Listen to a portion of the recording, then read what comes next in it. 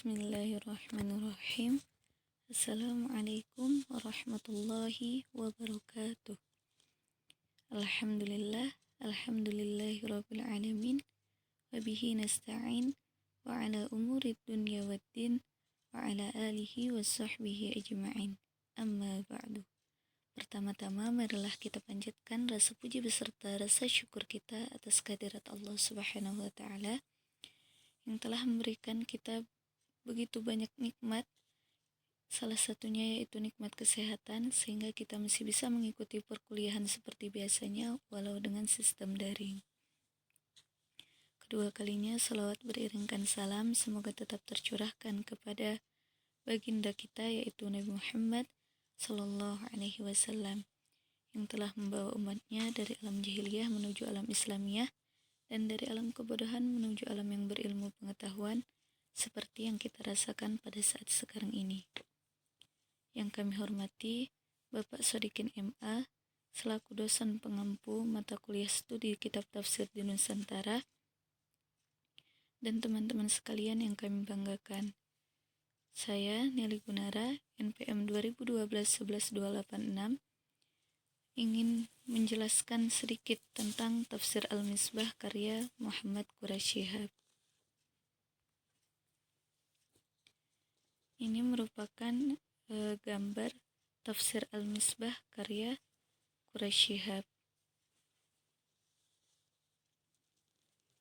Di sini kita akan membahas beberapa poin.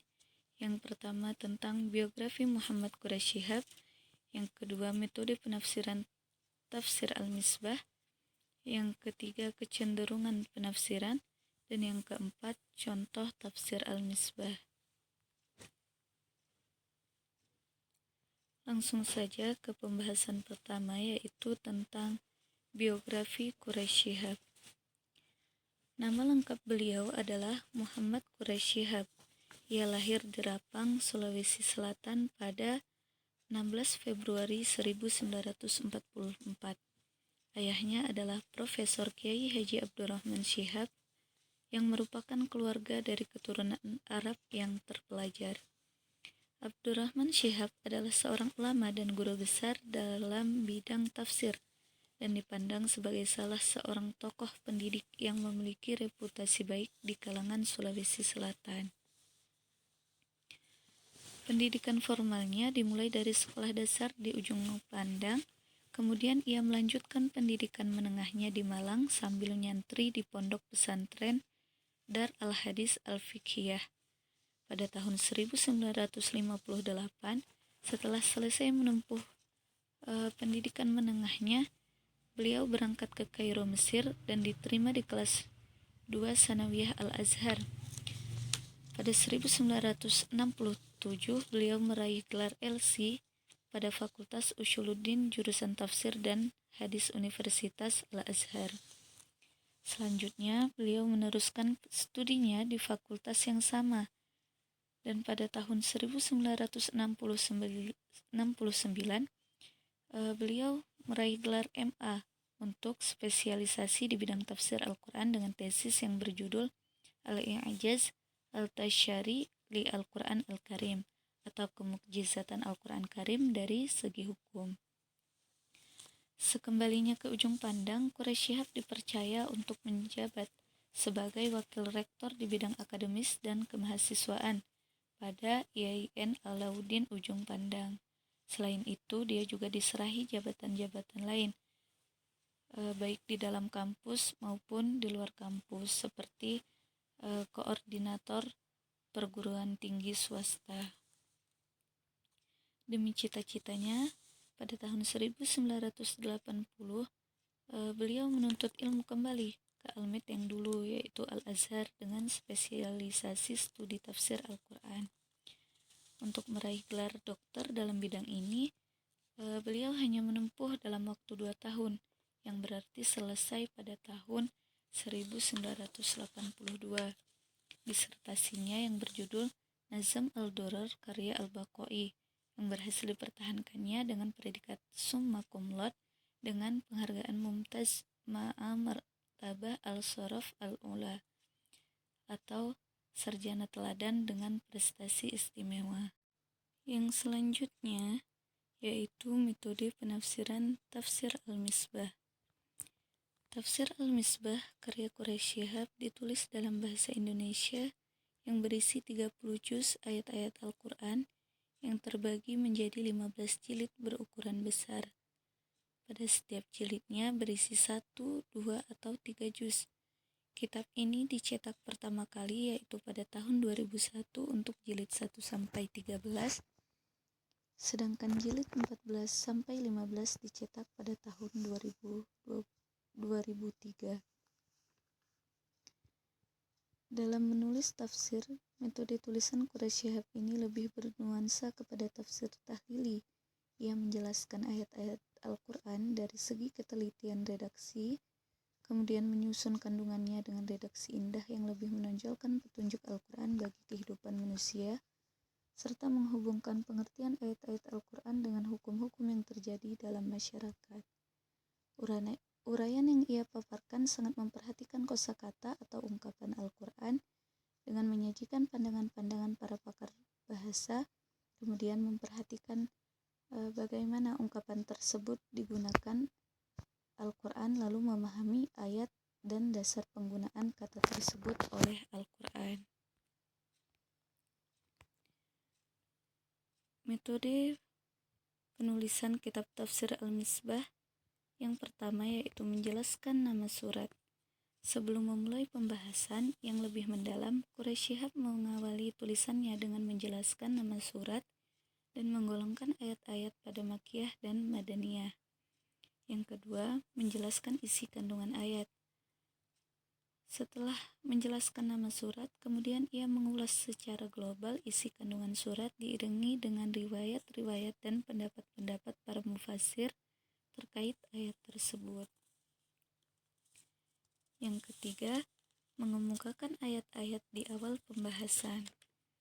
Setiap memulai pembahasan, Quraisy Shihab mengemukakan satu atau lebih ayat-ayat Al-Quran yang mengacu pada satu tujuan yang menyatu. Yang keempat, menjelaskan pengertian ayat secara global. Kemudian ia menyebutkan ayat-ayat secara global sehingga sebelum memasuki penafsiran yang menjadi topik utama, pembaca terlebih dahulu mengetahui makna-makna ayat secara umum. Yang kelima, menjelaskan kosakata. Selanjutnya, Quraisy Shihab menjelaskan pengertian kata-kata secara bahasa pada kata-kata yang sulit dipahami oleh pembaca. Yang keenam, menjelaskan sebab-sebab turunnya ayat.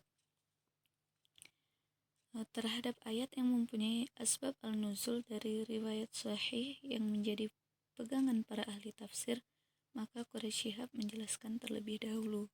Dan yang ketujuh, memandang satu surat sebagai satu kesatuan ayat-ayat yang serasi. Al-Quran merupakan kumpulan ayat-ayat yang pada hakikatnya adalah simbol atau tanda yang tampak, tapi simbol tersebut tidak dapat dipisahkan dari sesuatu yang lain yang tidak tersurat tapi tersirat. Hubungan keduanya itu terjalin begitu rupa sehingga bila tanda atau simbol itu dipahami oleh pikiran, maka makna tersirat akan dapat dipahami oleh seseorang. Quraisy Shihab menyadari bahwa penulisan tafsir Al-Quran selalu dipengaruhi oleh tempat dan waktu di mana para mufassir berada. Perkembangan masa penafsiran selalu diwarnai dengan ciri khas khusus, baik sikap maupun kerangka berpikir. Keahlian dalam bidang bahasa dapat dilihat melalui penafsiran seseorang. Yang ketiga yaitu kecenderungan penafsiran Tafsir Al-Misbah. Yang pertama meliputi sisi linguistik atau lughah. Quraisy Shihab itu sangat memperhatikan bahasa Arab sebagai pegangan dengan bertumpu pada gramatika bahasa dalam menjelaskan makna kosakata. Penggunaan bahasa Arab telah dikenal secara luas di kalangan masyarakat. Besarnya perhatian Quraisy Shihab terhadap pembahasan makna kosakata dapat dikemukakan hampir setiap ayat yang ditafsirkannya. Yang kedua yaitu corak laun. Tafsir ini menggunakan model tafsir bil matsur.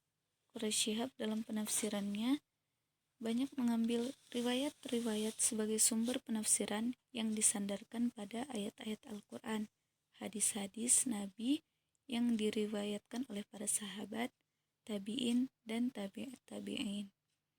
Al-Quran ditafsirkan ayat demi ayat, surah demi surah, secara berurutan, serta tidak ketinggalan menerangkan asbab al-nuzul dari ayat-ayat yang ditafsirkan. Metode penafsirannya itu mengikuti metode tahlili yang banyak diwarnai pula dengan kecenderungan dan keahlian mufasirnya, sehingga lahirlah berbagai corak penafsiran. Dengan demikian, tafsir Al-Misbah cenderung mengarahkan penafsirannya kepada corak tafsir al-adabi al-ijtimai, yaitu penafsiran yang bersinggungan dengan hal-hal yang berbau kemasyarakatan. Dan yang terakhir yaitu contoh tafsir Al-Misbah.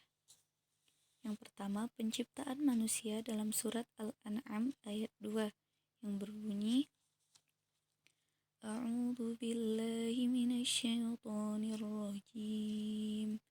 Bismillahirrahmanirrahim. Huwallazi khalaqa lakum min tinin thumma qada ajala wa ajalun musamman 'indah thumma antum tamtarun, yang artinya dialah yang menciptakan kamu dari tanah, sesudah itu ditentukannya ajal dan ada lagi suatu ajal yang ditentukannya di sisinya, kemudian kamu masih terus-menerus ragu-ragu. Menurut Quraisy Shihab, pendapat yang terkuat tentang arti ajal adalah ajal kematian dan ajal kebangkitan, karena biasanya Al-Quran menggunakan kata ajal bagi manusia dalam arti kematian. Ajal yang pertama adalah kematian yang paling tidak dapat diketahui oleh orang lain yang masih hidup setelah kematian seseorang. Sedangkan ajal yang kedua adalah ajal kebangkitan yang tidak diketahui kecuali oleh Allah Subhanahu wa Ta'ala. Yang kedua yaitu penciptaan manusia. Terdapat dalam Quran surah An-Nisa ayat 1 yang berbunyi A'udzu billahi minasyaitonir rajim. Bismillahirrahmanirrahim. Ya ayyuhan nasu ittaqu rabbakum alladzi khalaqakum min nafsin wahidatin wa khalaqa minha zawjaha wa batha minhuma rijalan katsiran wa nisaa'a wattaqullaha alladzi tasaaluna bihi wal arham innallaha kana 'alaikum raqiba, yang artinya, hai sekalian manusia, bertakwalah kepada Tuhanmu yang telah menciptakan kamu dari diri yang satu dan daripadanya Allah menciptakan istrinya, dan daripada keduanya Allah memperkembangbiakkan laki-laki dan perempuan yang banyak, dan bertakwalah kepada Allah dengan mempergunakan namanya kamu saling meminta satu sama lain dan peliharalah hubungan silaturahim. Sesungguhnya Allah selalu menjaga dan mengawasi kamu. Quran Surah An-Nisa ayat 1. Dari ayat tersebut dapat dipahami bahwa Allah dalam hal ini tidak menyebutkan secara kronologis tentang proses penciptaan perempuan. Lagi-lagi hanya menyebutkan bahwa daripadanya dia menciptakan pasangannya. Dalam konteks ini, ada 3 hal penting yang diantara para mufasir ketika memahami beberapa ayat tersebut, yaitu term nafs wahidah atau diri yang satu, objek yang ditunjuk dengan kata minha darinya, dan term zawjaha atau pasangan. Demikianlah yang dapat kami sampaikan. Semoga bermanfaat. Dari awal hingga akhir pasti terdapat banyak kesalahan. Kepada Allah kami mohon ampun.